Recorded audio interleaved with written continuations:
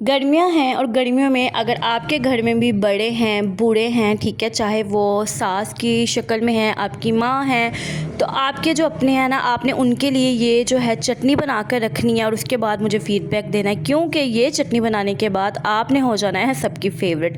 लेकिन सबसे पहले हम थोड़ी सी क्लीनिंग कर लेते हैं। शाम का टाइम था, लाइक इवनिंग का टाइम मैं किस तरह से स्पेंड करती हूँ वो शेयर करूँगी।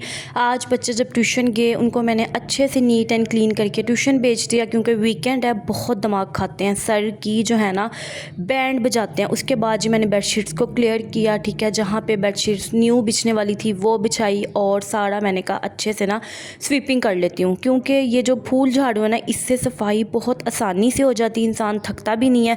सारा बेहतरीन करके मैंने नुकड़ों नुकड़ों से गंद निकाला, क्योंकि सुबह संडे है तो बाजी ने जो है नहीं आना, ठीक है जी। उसके बाद मैं रूम में आई, रूम में भी हर चीज़ क्लियर थी, क्योंकि मॉर्निंग में ही सफाई हुई थी और रूम में हम लोग इतना कोई आके बैठते नहीं है, बाहर ही होते हैं। तो फिर जो मैंने जल्दी से डस्टिंग की, क्योंकि डस्टिंग नहीं हुई थी, और मैं आ गई जी किचन में। इससे पहले ना आपकी बहन ने नमाज़ पढ़ी थी, नमाज के बाद चाय पी थी शाम के, और खाना मैंने मॉर्निंग में ही बना लिया था। फिर जी चटनी बनाते हैं। कच्चे आम लेने हैं, कैरी अम्बियाँ जिसको कहते हैं, वो आपने लेनी है, अच्छे से वॉश करके पील ऑफ कर लें, मोटा मोटा कटिंग करके रख लें। ये चटनी इस तरह से मुझे बनानी आती है, क्योंकि मेरे अब्बू जो है ना इसको खुद बनाते थे सेम इसी प्रोसेस से। हम तब बहुत छोटे होते थे और हम उनके आसपास बैठ जाते थे और वो बनाते थे, और वो इतनी अच्छी चटनी बनाते थे ना, उनके हाथ का जायका ना मेरे हाथ में नहीं आया, लेकिन प्रोसेस यही है। और मैं गर्मियों में ना इस तरह से चटनियाँ, शरबत ज़रूर बनाती हूँ और टाइम टू टाइम आपके साथ भी शेयर करती जाऊँगी। आप भी बनाएं, बहुत मज़ा आता है।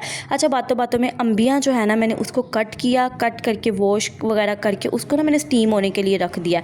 और यहाँ पर जी मैंने छोटा छोटा चॉप प्याज किया और एक टमाटर लिया, उसमें से भी मैंने हाफ़ जो है ना उसके सीड्स निकाल के कट किए, ग्रीन चिलीज़ ऐड किए हैं, धनिया और पुदीना ये आपकी बहन बना रही है, ठीक है। ये मुश्किल काम है लेकिन ना बहुत अच्छी चटनी बनती है। यहाँ पर अब मैंने इसको स्टीम देना। एक आधा टमाटर जो है ना मैंने उसमें यूज़ किया, आधा टमाटर मैंने उसको स्टीम किया, कोई पानी नहीं ऐड किया। अगर आपके पास लाइक नीचे लग रहा है ना, तो एक जो है ना कतरा ऑयल या घी ऐड कर लें। उसके बाद आपने इसमें ही इसको बनाना है, अगर आप चाहते हैं कि फ्लेवरफुल बने।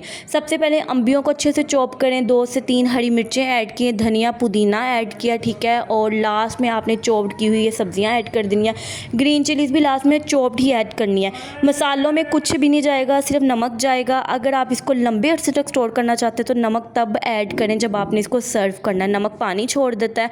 और ये रेसिपी ज़रूर ट्राई करें, गर्मियों में आपको ठंडक बख्शती हैं और आपके मैदे को भी ठंडक रखती हैं। व्लॉग अच्छा लगा है तो लाइक कर दें, शेयर कर दें और सब्सक्राइब कर लें। अल्लाह हाफ़िज़।